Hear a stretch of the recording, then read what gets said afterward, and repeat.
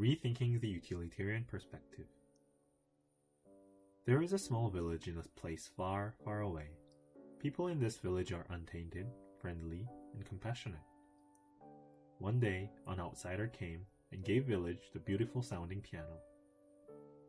Then, the leader of the village decided to ask everyone, what should we do about this piano? Everyone gathered around the village square and started talking. One person came out and says, let's sell it on the market so we can make profit out of it. Second person says, let's vote. Let democracy decide who gets the piano. I think that is fair.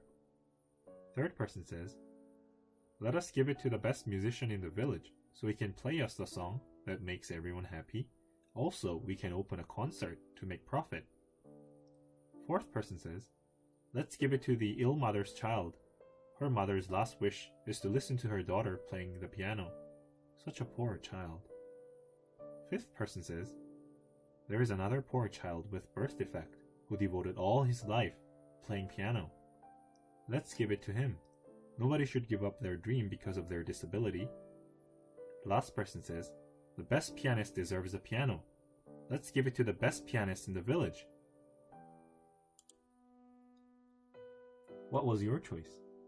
If you made a third choice, or made a similar thought that involves maximizing the benefit or the profit for many people as possible, you are likely to think in a utilitarian way. The question, how should we divide our capital, leads to the problems we face nowadays. It is an important issue in our society. When neoliberalism was flourishing, the free market only encouraged us to compete rather than to cooperate. Sometimes, democratic voting system does not act fairly because minority is always left out. Socialistic ideas sometimes focus too much on the minority. Platonian perspective seems too idealistic in many cases. So, the utilitarian ideology seems realistic in many cases. This perspective emphasizes an action that will maximize the benefit. Less input, more outcomes. It is natural for us to think of maximizing the benefits with minimum input. The problem lies here. If we constantly look for things that we can capitalize on something with less effort, we will likely to act on ourselves merely on self-interest, which it could result in neglecting the surrounding environment. We will then constantly look for quicker ways and cheaper things without noticing what are behind these conveniences.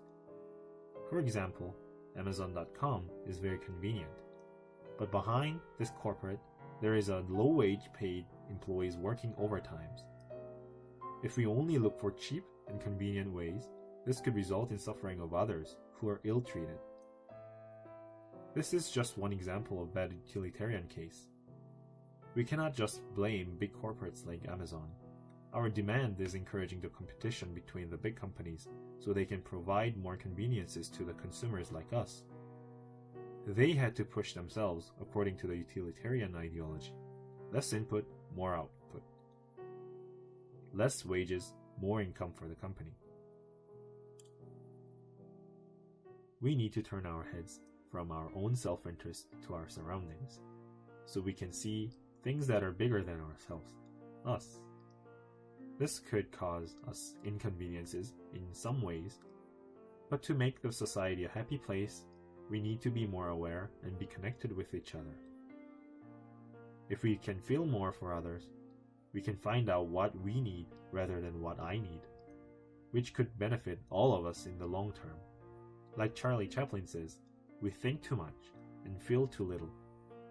It is time for us to feel for the others and start to create better and happy society by cooperating, not competing.